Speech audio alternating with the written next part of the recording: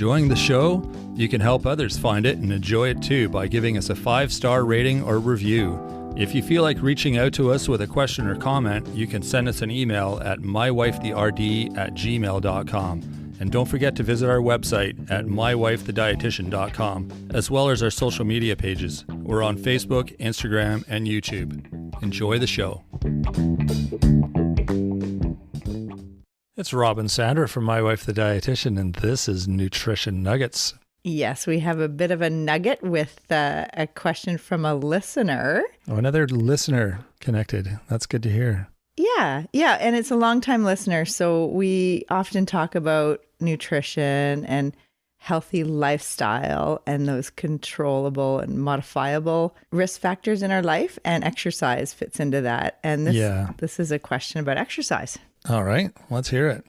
What is the best kind of exercise for me? And she says, I'm 46 years old and have 2 teenagers at home, and I have a full-time job. Well, that sounds like exercise in itself. Yeah. It's crazy. All the things we talk about with food and nutrition and how confusing it is with all the different ideas floating around out there, and then social media telling you all sorts of different things. Exercise is the same.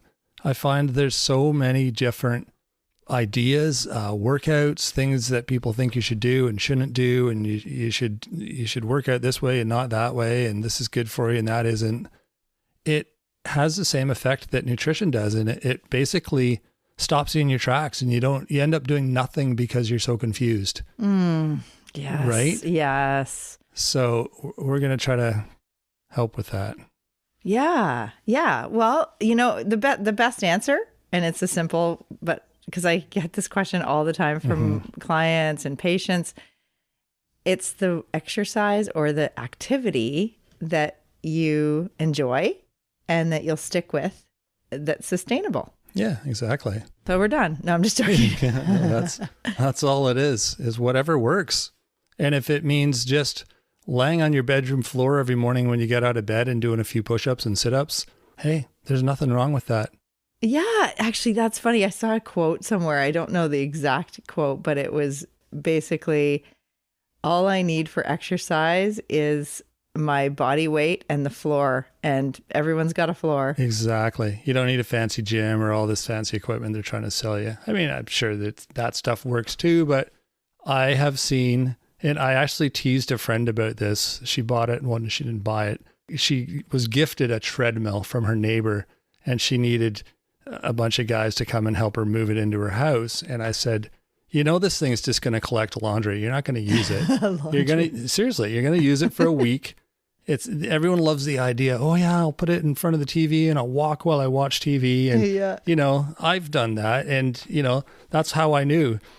And I said, it's going to collect laundry, because she was putting it in her bedroom. Right. And sure enough, she phoned me in like a couple of weeks and said, Rob, you were right. It's got laundry all over it, and I've used it twice. And now I want to move it out because it's in the way. And I'm like, yep, that's what happens. So don't get caught up on all the fancy stuff and the gym members. Well, unless you're going to use it. If that's what works for you, awesome. Mm-hmm. Yeah. But you don't need that in order to get exercise and get healthy. Yeah, exactly. And I mean, there's so many different types of exercise, and there's different reasons for exercising, like in terms of what it does for our body. So we want to help maintain bone mass, and we obviously muscle is in there, and our cardiovascular system. So those are all really key parts to activity and exercise. And we know that being sedentary is actually quite stressful for the body. It sounds so contradictory, but it really is. They're finding that the sitting disease, or being too sedentary and sitting in our comfy couches and chairs and our office chairs day after day after day, this is actually increasing our risk for chronic disease like crazy. It's actually as dangerous to the system and to the health as cigarette smoking. Mm-hmm. So yeah, crazy. Yeah. So any form of exercise, any form of movement through the day is really good. So even if it's like 3 times a day, just 10-minute walks, like just getting up and walking, But it would be good to get some other activities in there. So strength training is great. So it doesn't have to be in a gym, just anything that helps, like lifting. Like, so you can have the function of like lifting luggage or lifting groceries or lifting the kids or lifting furniture or whatever you have to do in your, day-to-day living. You want to maintain that function into your older years. So when you're older, and if you continue to lift things, that helps put the load on your muscle. It's good for muscle to maintain your lean mass, muscle tissue, and your bone mass. So that's really key too, because we know that a lot of our lifestyle with sitting can actually add to the risk of developing osteoporosis. Yeah, exactly. So working out and lifting will, using gravity helps to stress the bone, stress the muscle, helps to have that resistance so that it actually makes the bone stronger and the muscle stronger. Yeah. And there's lots of exercises that basically just use the weight of your body. So you lay on your back and lift your legs in the air. I mean, that's the weight of your legs is the weight. Yeah. And you're using your core muscles to lift your legs, and that doesn't require anything, like you said, except the floor, which we all have. Yeah, exactly. And the guidelines are 150 minutes per week of moderate exercise. So that could be a brisk walk. It could be cycling, running, swimming, whatever. Like if you play racket sports, if you play a sport like hockey or soccer or basketball, whatever that is. Now you also want to incorporate some lifting or strength training, like lifting things. Even if you're older, just lifting, if you continue to lift things most days, that actually maintains the function, as I mentioned earlier. So it's really, really, really important. And it's really good for your metabolism to help maintain, it's kind of like the little mitochondria in your cells are the little fuel burning. They help with your metabolism. So you want to make sure that you're lifting to help keep your metabolism running well. And you need that muscle to do that.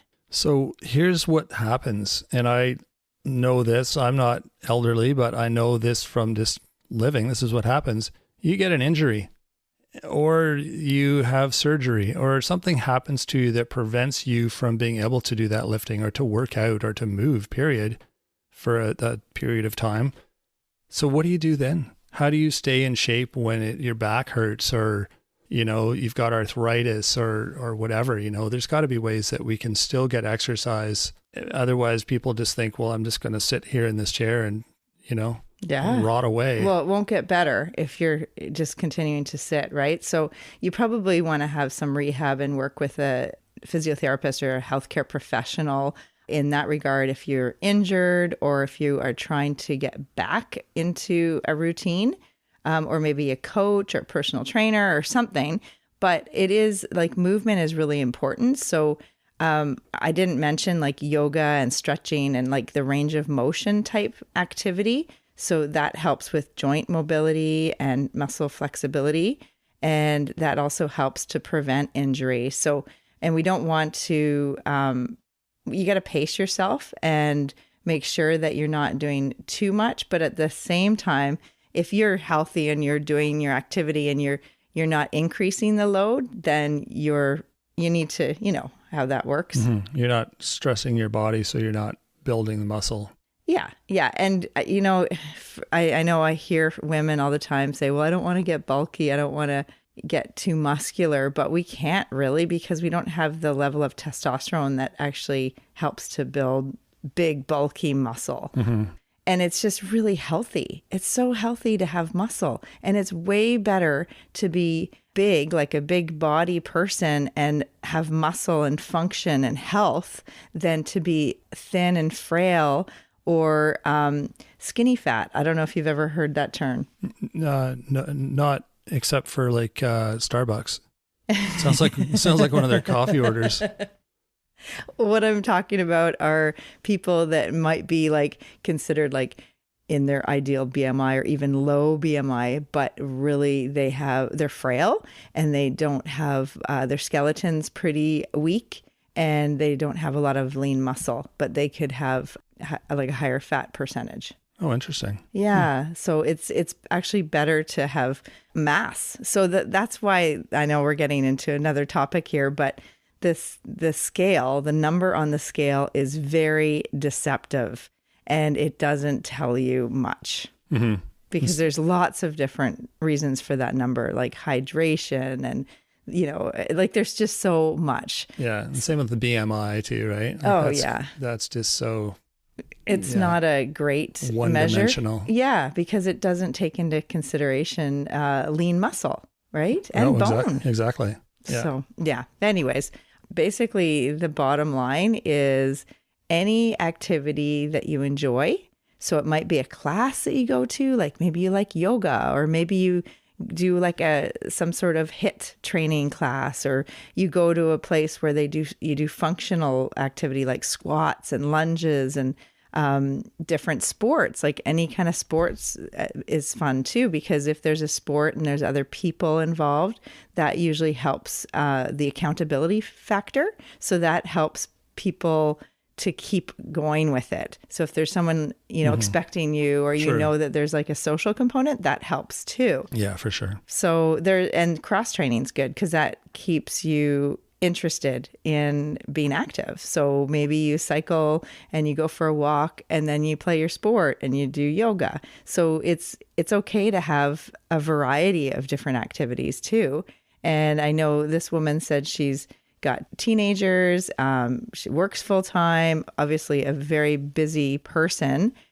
So you got to kind of fit it in where you can, maybe doing hiking on the weekends, going to classes a couple times a week that may be a yoga or some other type of activity class. And also stretching is really, really important to prevent injury.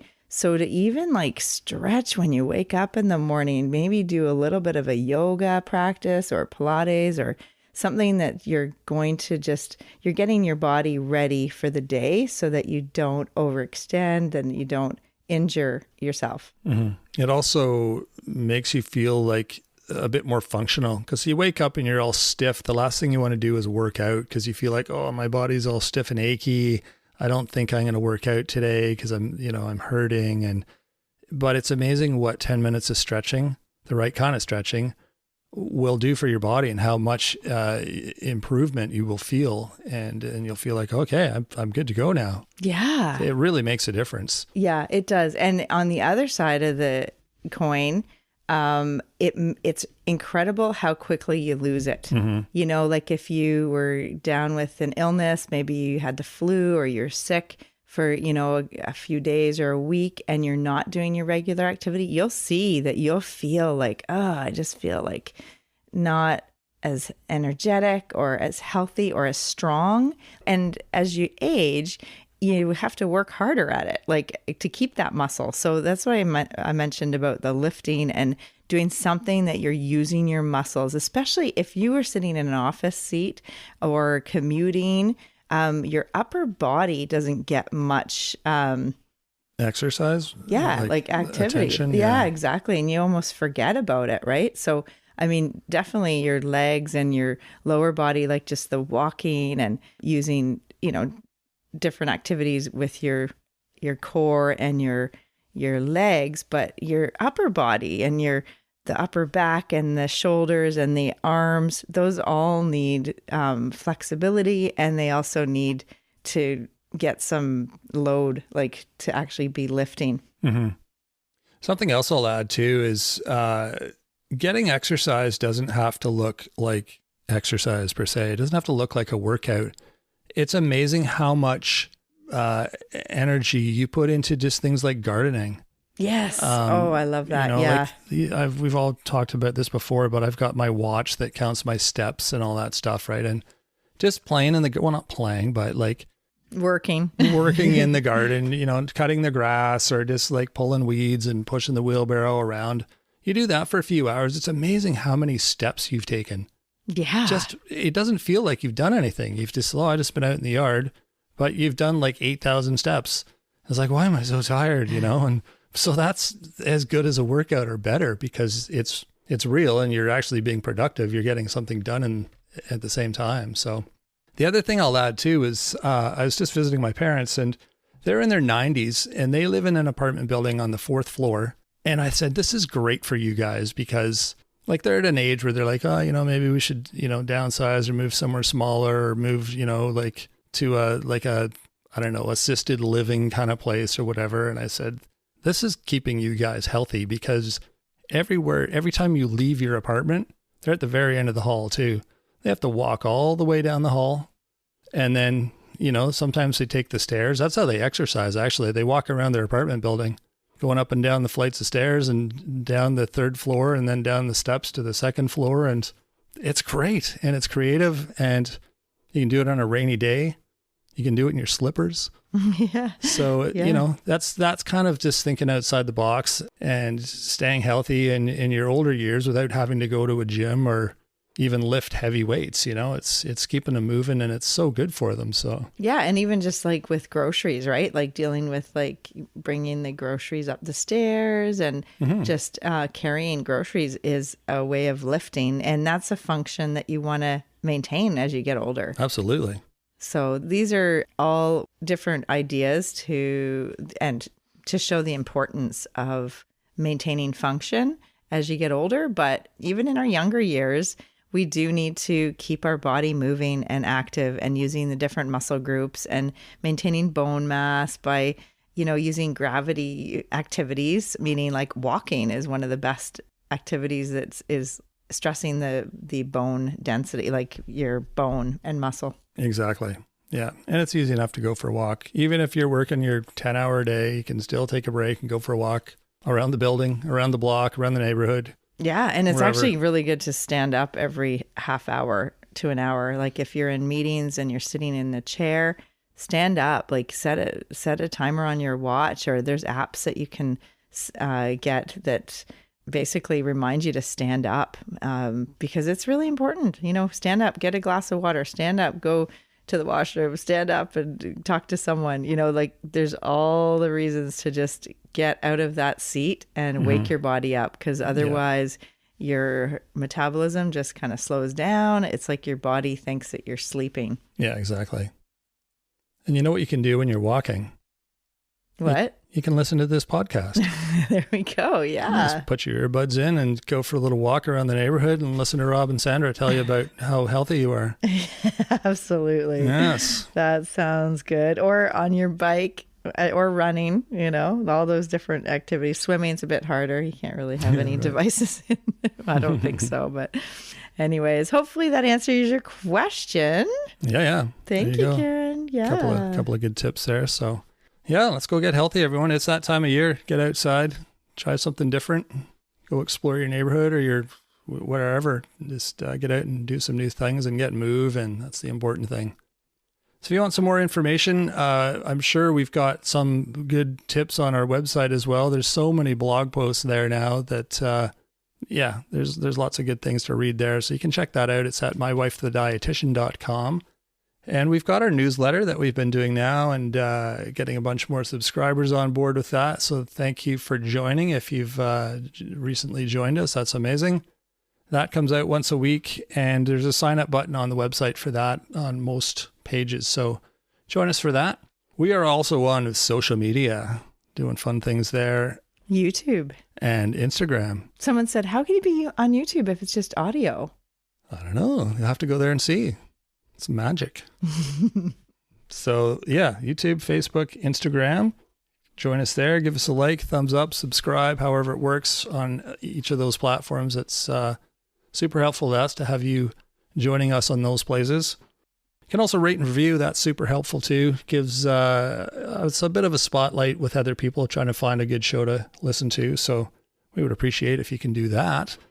And also share with a friend. We love when you do that. So there's lots of people out there who would benefit from hearing how to stay healthy and eat well, and who doesn't need that? We all want to hear more about that. So share with your friends. So that's it for this week. Hope those exercise tips help you get outside, get moving. And yeah, we will be back on Monday with another full episode. So until then, have a great week, everyone. Thanks for joining us today on My Wife the Dietitian. If you like what you heard, don't be shy. Leave us a comment or review, and be sure to share our podcast with your friends. If you'd like to hear more, hit that subscribe button. You can also follow us on our social media pages for updates, episode trailers, and other odds and ends.